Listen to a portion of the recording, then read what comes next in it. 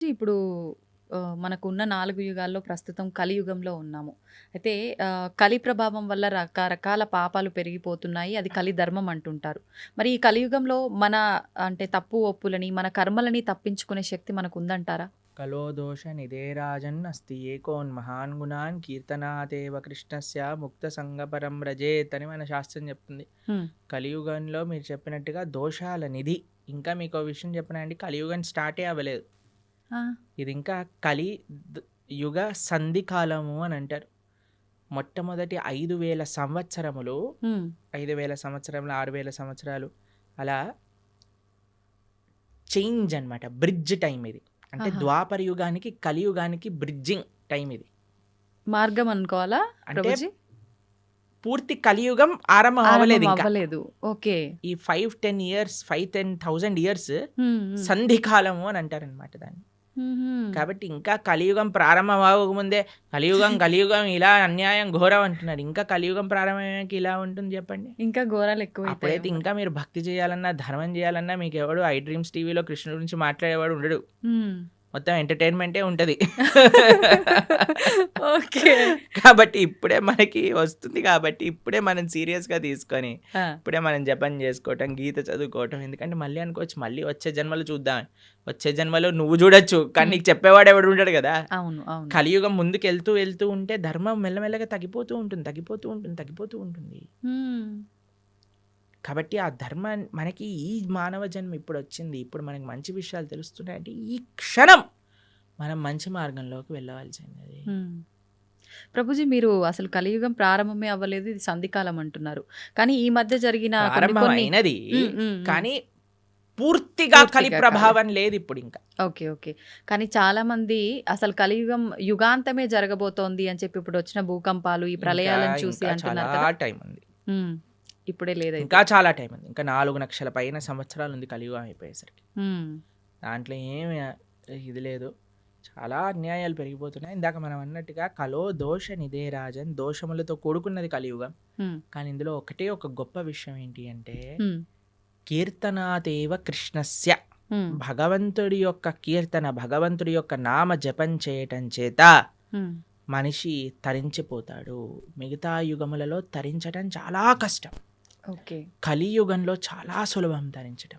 హ్మ్. కేవలం భగవంతుడి యొక్క నామం హరే కృష్ణ కృష్ణ కృష్ణ హరే హరే, హరే రామ రామ రామ హరే హరే ఇతి షోడశాక్షరనామ్నాం కలికల్మషనాశనం నాతరపరతరోపాయ సర్వవేదేషు దృశ్యతి. హరిర్నామ హరిర్నామేవ కేవలం కలోర్నాస్తైవ నాస్తైవ గతిరన్యదా.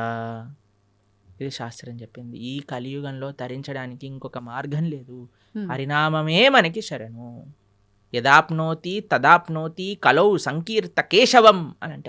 మిగతా యుగములలో చేసే దాన తప కర్మ క్రియలు అన్నిటి యొక్క ఫలితము కూడా కలియుగంలో కేవలం భగవన్నామం జపం చేయటం చేత వచ్చేస్తాయి. యదాప్నోతి తదాప్నోతి కలౌ సంకీర్త కేశవం. ఆ కృష్ణుడి యొక్క నామస్మరణ అన్నిటికంటే గొప్పది. హ్మ్. కాబట్టి ఎన్ని రకాల ఆపదలు మనకున్నాయన్నా, ఎన్ని రకాల డిస్ట్రాక్షన్స్ ఉన్నాయన్నా, ఎవరైతే భగవన్ నామాన్ని పట్టుకుంటాడో వాడికి ఎటువంటి తిరుగు లేనే లేదు. ప్రభుజీ భగవంతుడు ఏదైనా ఆశిస్తాడు అంటే తను సృష్టించిన మనిషి నుంచి తాను ఏమైనా ఆశించడం అనేది జరుగుతుందంటారా? ఆశిస్తాడు. ఏం ఆశిస్తాడు ఏ ప్రభుజీ? వస్తువుని ఆశించడు, హ్మ్. మనస్సుని ఆశిస్తాడు. భగవంతుడికి ఏమీ అవసరం లేదు. భగవాన్ అని ఆయన అంటారు, ఏది భగవంతుడికి అవసరం లేదు, హ్మ్. మనస్సు భగవంతుడికి అవసరం. ఈ ప్రపంచంలో ఉండే వాళ్ళకి ఏంటి, హ్మ్. మన డబ్బులు అవసరం, మన అందం అవసరం, మన పలుకుబడి అవసరం, మన వస్తువులు అవసరం, మన ఇల్లు అవసరం. కానీ ఎవరినైనా మీరు అన్నారనుకోండి, హ్మ్. మేము ఇప్పటి నుంచి మీరు ఇంట్లోకి వెళ్ళి చెప్పారనుకోండి, మేము వంట చేయను, జాబ్కి వెళ్ళను, హ్మ్. ఏమీ చేయను, కానీ 24 గంటలు హ్మ్. మీ గురించే ఆలోచిస్తూ ఉంటాను, నిన్నే ప్రేమిస్తూ ఉంటాను అని అంటే ఏమంటారు మీ ఇంట్లో వాళ్ళు? చాలా బ్రహ్మాండం అమ్మా అంటారా? అనరు. ఏమంటారు? పిచ్చి పట్టింది దీనికేదో అయింది అంటారా? ఆ. మీరు భగవంతుడి దగ్గరికి వెళ్ళాలని అనుకోండి, అయ్యా నేను నీకేం పూజ పునస్కారం ఏం చేయలేను తండ్రి, హ్మ్. కానీ 24 గంటలు నిన్ను మనసులో స్మరించగలుగుతా అంటే భగవంతుడు ఏమంటాడు? నువ్వే నాకు కావాలి అంటాడు. హ్మ్. ఎందుకంటే ఈ ప్రపంచంలో ఉండే వాళ్ళందరికీ వస్తువులు అవసరం, అవును. భగవంతుడికి మనస్సు అవసరం. మనం ఏం చేస్తున్నా ఆ మనస్సు కూడా ఈ ప్రపంచంలో ఉండే వాళ్ళకి ఇస్తున్నాం. కాబట్టి మనము ఈ ప్రపంచంలో ఉండేటప్పుడు మన బాధ్యతలు నిర్వర్తిస్తూ మన మనసుని భగవంతుడికి ఇవ్వాలి. అట్లా అని చెప్పి భగవంతుడికి నాకేది వద్దని చెప్పి ముందు కూర్చొని ధ్యానం చేస్తే బ్రతకలేం కదా ప్రభుజీ. అన్నీ బ్రతకద్దు, కావాలి అలా కదా. బ్రతకమని చెప్పాడా ఉమ్, కృష్ణుడు భగవద్గీతలో? అర్జునుడు అదే అన్నాడు, ఉమ్. నేను వెళ్ళిపోతాను, సన్యాసం తీసుకుంటాను. కృష్ణుడు అన్నాడు, మా మనుస్మర యుద్ధ నన్ను గుర్తుపెట్టుకుంటూ యుద్ధం చేయాలి నీ కర్తవ్యము అని అన్నాడు. ఓకే. కాబట్టి మనం మన బాధ్యతలను నిర్వర్తిస్తూ ఉమ్, భగవంతుణ్ణి గుర్తుపెట్టుకోవాలి, ఉమ్. భగవంతుణ్ణి స్మరిస్తూ చెయ్యాలి. ఇది తత్వం. మనం నిత్యం ఎన్నో రకాల మాటలు మాట్లాడుతుంటాం, ఉదయం లేచిన దగ్గర నుంచి పడుకునే వరకు. ఈ మాట్లాడే మాటలు సత్యమే పలకాలి, అబద్ధాలు ఆడకూడదు అని చెప్పి అంటుంటారు. కానీ చాలామంది అబద్ధాలు ఆడుతూ ఉంటారు. అయితే భగవంతుడికే తప్పలేదు అబద్ధాలు ఆడటం, మానవ మాత్రం మనకెంత, కురుక్షేత్ర యుద్ధంలో శ్రీకృష్ణుడు అంతటి వాడే అబద్ధాలు చెప్పాడు అని చెప్పి కొంతమంది అంటుంటే విన్నాను. నిజంగా కృష్ణుడు అబద్ధం ఆడాడా?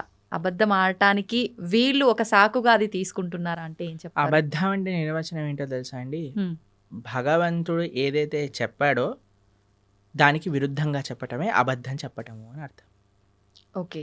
భగవంతుడు ఏదైనా మాట్లాడాడు అంటే అది అబద్ధం అవ్వదు. ఉమ్, ఉమ్. ఆయన సత్యం, ఆ, ఆయన స్వరూపమే సత్యం. అవును. భగవంతుడి కంటే పెద్ద సత్యం ఇంకొకటి లేదు. లేదు. ఆ సత్యం అబద్ధం ఆడినా సత్యమే అవుతుంది. కాబట్టి భగవంతుడు ధర్మస్తు సాక్షాత్ భగవత్ ప్రణీతం. ఉమ్, భగవంతుడు ఏం చెప్తాడో అది ధర్మం అవుతుంది. ఉమ్, భగవంతుడు మనకి అపరెంట్గా అబద్ధం ఆడాడు అనన్నా సరే ధర్మ సంరక్షణ కోసము, లోక పరిపాలన కోసము అంటాడు. కానీ ఉమ్. మనలాగా మన స్వార్థం కోసం మన తప్పులు పక్కన పెట్టుకోవడానికి అనరండి. అవును. ఒక వ్యక్తి ఎందుకు అబద్ధం ఆడతాడు? వాడు చేసిన తప్పుని ఇది చేసుకోవడానికి, కప్పిపుచ్చుకోవడానికి. కప్పిపుచ్చుకోవడానికి. కానీ భగవంతుడు అలా చేయలేదండి. భగవంతుడు ఏదన్నా చేశాడు అని అంటే దాని వెనకాల ఎంతో రీజన్ ఉంటుంది. అంతేగాని నేను కూడా భగవంతుడు ఆడాను కదా అని నేను కూడా చేశాను అనుకోండి, పులిని చూసి నక్క వాత పెట్టుకున్నట్టు అవుతుంది. అవును.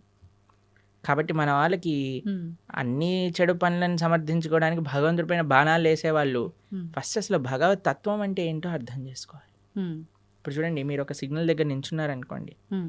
మీ దగ్గర సిగ్నల్ దగ్గర ఉన్నారు, మీకు రెడ్ లైట్ పడింది, ఆగారు. ఆ, ఒక సీఎం, చీఫ్ మినిస్టర్ కాన్వాయ్ పోతుంది, ఆ, ఆయన జుమ్ జుమ్ జుమ్ జుమ్ అని కార్లు వెళ్ళిపోతాయి. అవును. హే వాడెందుకు వెళ్తున్నాడు, నేను కూడా వెళ్తానని మీరు కూడా వెళ్ళారనుకోండి, మిమ్మల్ని తీసి బొక్కలు పడేస్తారు. అంతే. అంతే కదండి. అవును. అవును. కాబట్టి ఒక్కొక్కళ్ళకి ఒక్కొక్క పద్ధతి ఉంటుంది, ఒక్కొక్కళ్ళకి ఒక్కొక్క నియమం ఉంటుంది. ఉమ్, ఆ నియమాన్ని ఆచరించడంలో గొప్పగా ఉంటుంది. కానీ పక్కన వాడి నియమాన్ని వాడెందుకు ఆచరించట్లేదు? ఇప్పుడు చూడండి, మీరు చాలా ఆశ్చర్యం ఏంటంటే ఉమ్. గుళ్ళల్లో లైన్లలో నించుంటారు జనాలు. అవును. ఎప్పుడైనా విఐపీలు కానీ ఎవరైనా కొందరు ఫాస్ట్గా వస్తారు. వెళ్ళిపోయారనుకోండి, వాళ్ళని చూసి వీళ్ళందరూ ఒకటే, వాళ్ళు ఎందుకు వెళ్ళిపోతున్నారు, వాళ్ళు ఎందుకు వెళ్ళిపోతున్నారు, వాళ్ళు తొందరగా అయిపోతుంది, మాకు అవ్వట్లేదని గోలబెట్టేస్తుంటారు. అవును. అవును. చూసారా టీవీలలో కూడా ఇలాంటి వీడియోలు మ్మ్, చూస్తాం. మ్మ్. మాకు అనిపిస్తుంది, సరే అయ్యా నీకు వాడు 2 నిమిషాల్లో వచ్చేస్తాడు, దర్శనం చేసుకొని 2 నిమిషాలు వెళ్ళిపోతాడు. వెళ్ళిపోతాడు. నువ్వు అరగంట సేపు 2 గంటల సేపు ఆ ఆలయంలో ఉండే చక్కటి ఆ పాజిటివ్ స్పిరిచువల్ వైబ్రేషన్ని అబ్జర్వ్ చేసుకునే ఒక అవకాశం నీకు వచ్చింది. ఒక గీతో, భాగవతమో, ఒక విష్ణు సహస్రనామమో, ఉమ్, ఏదో ఒకటి భగవన్నామమో, కృష్ణ గోవింద రామ నారాయణ అనుకోకుండా ఆ ఆలయంలో ఉండే ఆ పవిత్రమైన ఎన్వైరన్మెంట్ని పాడు చేసే విధంగా ఒకళ్ళపైన ఒకళ్ళు అరుచుకోవటాలు, అరుచుకోవటం. వాళ్ళు వెళ్ళిపోతున్నారు, మేము టికెట్ కట్టాము, వీళ్ళు వెళ్ళిపోతున్నారు. ఈ గోల్ అసలు ఎంత విచిత్రమో చూడండి అసలు. అవును. వాడు అదృష్టవంతుడా, వీడు అదృష్టవంతుడా? మీరు చెప్పినట్టుగా చూస్తే వీళ్ళే అదృష్టవంతులు. అవునా కాదా చెప్పండి. అవును. కానీ ఓపిక తక్కువ కదా ప్రభుజీ అలాంటి మానవులకి. అసలు భగవంతుడు నేర్పించేది ఓపిక. ఉమ్, ఉమ్. ఆలయంలో ఓపిక పట్టిన వాడి జీవితంలో ఏం ఓపిక పడతారు చెప్పండి. అవును. ఈ వ్యక్తి ఏమన్నా ప్రైమ్ మినిస్టరా తొందరగా వెళ్ళిపోయి దర్శనం చేసుకోవడానికి? లేదు. సరే అయ్యా, బిజీ, అందరూ బిజీ ఈ ప్రపంచంలో. ఉమ్, కానీ నీకు ఒక అదృష్టం వచ్చింది కదా, నువ్వే వేరే వాళ్ళని చూసి మనకెందుకు, వేరే వాళ్ళతో పోలికెందుకు? ఉమ్, వాళ్ళు వెళ్ళారు దర్శనానికి, సరే భగవంతుడికి ఇష్టం లేదేమో ఎక్కువసేపు ఈయన నా ముందు కనిపించద్దు, తొందరగా పంపించేస్తాడు. ఉమ్, కానీ నీ పైన ప్రేమ ఉందేమో, నిన్ను ఎక్కువసేపు చూసుకోవాలనుకుంటున్నాడేమో. ఉమ్, కాబట్టి మాకు చాలా బాధేస్తుందండి ఎక్కడైనా ఆలయంలో ఆ ఫైటింగ్ నేచర్ ఎప్పుడైతే వచ్చేస్తుందో, ఉమ్. ఆ అది అది మొత్తం ఆ అట్మాస్ఫియర్ని పాడు పాడు చేసేస్తుంది. చేసేస్తాం. అవును. కాబట్టి భగవంతుడితో మనకొద్దు, వేరే వాళ్ళతో పోలికొద్దు. ఉమ్, మనము మన జీవితాన్ని పరిశీలన చేసుకుందాం. ఉమ్, నేను ధార్మికంగా ఉన్నానా? ఆధ్యాత్మికత, సనాతన ధర్మంలో వేరే వాళ్ళతో కంపారిజనే ఉండదు. ఉమ్, నా జీవితాన్ని నేను భగవంతుడికి ఎలా సమర్పణ చేస్తున్నాను, ఇప్పుడు ఎగ్జామ్లో ప్రిపేర్ అయ్యేది Hmm. నువ్వు ప్రిపేర్ అవుతావు, కానీ పక్కన వాడు అది ఆ చాప్టర్ వదిలేశాడు కాబట్టి నేను కూడా వదిలేస్తున్నాను, చెప్పని వాడు ఇది చేస్తున్నాడు కాబట్టి నేను కూడా అది చేస్తున్నాను. నీ ప్రిపరేషన్, నీ కాన్ఫిడెన్స్, నీది, నీ ఎగ్జామ్, నీ పర్ఫార్మెన్స్, నీ రిజల్ట్, నీ భవిష్యత్. అలానే ధర్మానికి వచ్చేసరికి నేను భగవంతుడికి ఆన్సరబుల్. ఒకరోజు భగవంతుడి ముందు నించున్నప్పుడు నేను చెప్పాలి సమాధానం. అవును. ఎంత అబద్ధం ఆడకుండా నేనున్నాను, ధర్మాన్ని ఆచరిస్తూ నేనున్నాను, శౌచం నేను పాటించాను Krishna. You are not answerable to anybody in this world except God. ఇది గుర్తుపెట్టుకున్నాం అనుకోండి, వేరే వాళ్ళని మనం ఏమనం, ప్రశాంతంగా మన జీవితాన్ని చక్కగా మనం మంచి భక్తి మార్గంలో ఉండగలుగుతాం. అవును, నిజంగా ప్రతి ఒక్కరూ అంటే ఇంత జ్ఞానంతో ఆలోచిస్తే తప్ప ఆ వెయిట్ చేస్తున్నాము అనేది భగవంతుడు నిజంగా మీరు చెప్పినట్టు ఎక్కువసేపు నన్ను అలా భగవంతుడు ఉంచాలనుకున్నాడేమో, నాతో అలా పలికించాలనుకున్నాడేమో నామస్మరణ అనే ఆలోచన చేస్తే అంతే గనక కదండి, మనకి నచ్చే వాళ్ళని అంటే హే ఎల్లకెళ్ళకెళ్ళ కొంచెం కూర్చో అంటాం కూర్చోమంటాం. కదా. అవును. అలానే భగవంతుడి దగ్గర కూడా కదండి, భావన అండి. మనసులో ఏదైనా భావన ప్రధానం. భావన మంచిగా ఉన్న వాడికి జీవితం అంతా బాగా కనిపిస్తుంది. ఆ భావన లేనివాడు జీవితంలో ఎక్కడ చూసినా సరే వాడు తప్పునే ఎత్తుకుతాడు. అవును. కాబట్టి భగవద్గీత చదవటం వల్ల ఏమవుతుంది అంటే మన భావన శుద్ధీకరణ జరుగుతుంది. వీ కెన్ థింక్ పాజిటివ్లీ, జీవితాన్ని ఒక కరెక్ట్ పర్స్పెక్టివ్లో మనం చూడగలుగుతాం. ప్రభుజీ, దేవుడు ఉన్నాడు అంటే దయ్యం ఉంది అని అంటారు. నిజంగా దయ్యాలు ఉన్నాయా? ఒంటిపైకి దేవుడు వచ్చాడు అని అంటుంటారు, పూనకాలు ఇలాంటివి అంటుంటారు కదా ప్రభుజీ. నిజంగా భగవంతుడు ఉన్నా కూడా అలా మనిషి ఒంటిపైకి రావటం లాంటిది జరుగుతుందా? దయ్యం నిజంగా దేవుడు ఉన్నాడు కాబట్టి దయ్యం కూడా ఉంది నమ్మాలా, లేదంటే ఇది మూఢనమ్మకమా? దయ్యం వస్తుంది కానీ దేవుడు రాడు.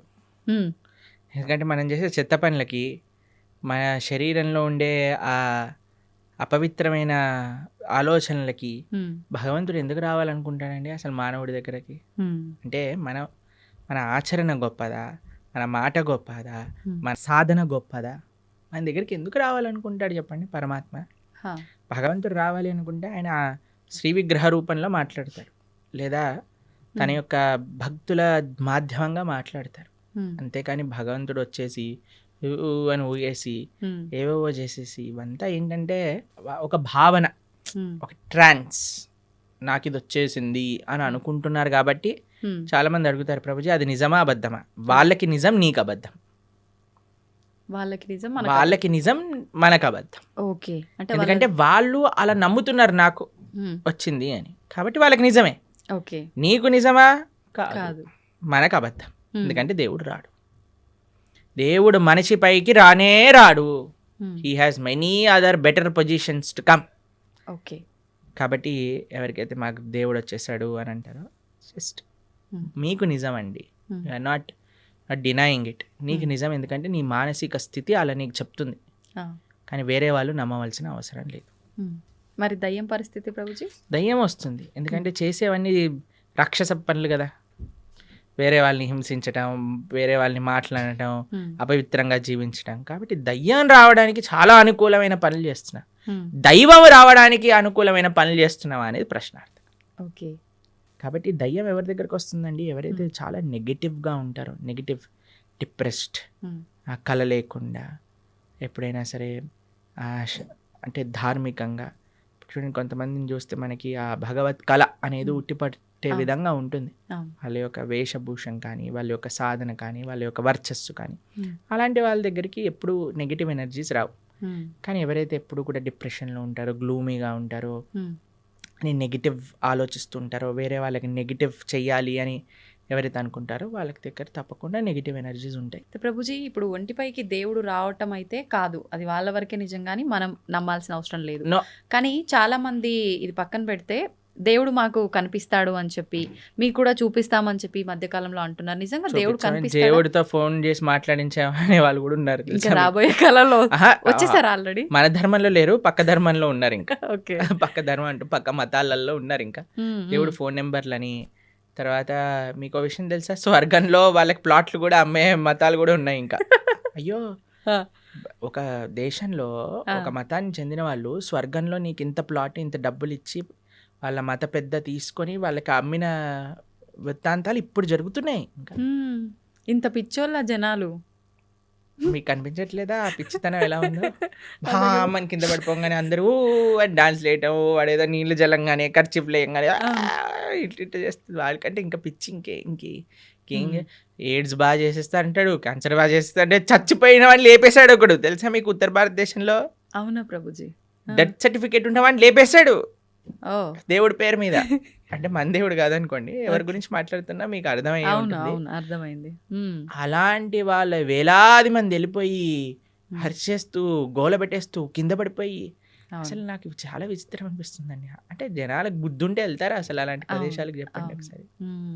ఇలాంటివి జరుగుతున్నా కూడా చాలా చోట్ల మత మార్పిడిలు జరుగుతున్నాయి కదా ప్రభుజీ, మరి దాని గురించి ఏమంటారు? మంచి పని అనిపిస్తుంది మాకు. ఇలాంటి వాళ్ళు బుద్ధి లేని వాళ్ళు వెళ్ళిపోతే మంచిదే కదండి. మూర్ఖులు ఉన్న వాళ్ళైనా అసలు మంచిగా ఉన్న వాళ్ళు కావాలి కదా మనకి. కాబట్టి ప్రలోభాలు ఎక్కువైపోయాయి మతం పైన. కాబట్టి ఆ ప్రలోభాలు తగ్గించుకోవాలి మనం. వేరే వాళ్ళు మన ధర్మం అందుకే చెప్తున్నాను ఏంటంటే, ఎవరైతే శాస్త్రాధ్యయనం చేస్తారో, ఎవరైతే మంచిగా శాస్త్రాన్ని చదువుకొని వాటిని పాచరిస్తారో వాళ్ళని ఎవరు ఏ ప్రలోభం పెట్టి మార్చలేరు. మూర్ఖపు ఆలోచనలతో ఉండి దుర్మార్గపు ఆలోచనలతో ఉన్న వాళ్ళు మాత్రమే ఇది మూఢనమ్మకం అని భావించి ఇంకో దాంట్లోకి వెళ్ళడానికి ప్రయత్నిస్తారు. సంతోషం ప్రభుజీ, చాలా మంచి విషయాలు చాలా అద్భుతంగా వివరించారు, అందరికీ అర్థమయ్యే విధంగా. ధన్యవాదాలు. Hare Krishna. And for more videos, Please subscribe to iDream. Please subscribe to iDream. Please subscribe iDream. And please subscribe to iDream. For more videos, subscribe to iDream. please like, share, and subscribe to the channel. Congratulations, iDream. Subscribe to iDream. Subscribe to iDream. So subscribe to iDream Media. iDream की iDream team अंदर की huge congratulations. Please subscribe iDream Media. Please subscribe to iDream. Subscribe iDream. Please subscribe to iDream. iDream అంటే నా కళల ఛానల్ను subscribe చేసుకున్న నోరు తిరుగుతలేదు, మీరైతే గంట గుర్తు కొట్టండి. For more such videos, please subscribe to iDream. Subscribe to iDream. Please subscribe to iDream. Please subscribe iDream Media. Please do subscribe to iDream. Please subscribe to iDream Media. For best entertainment and information, please subscribe iDream. And don't forget to subscribe to iDream.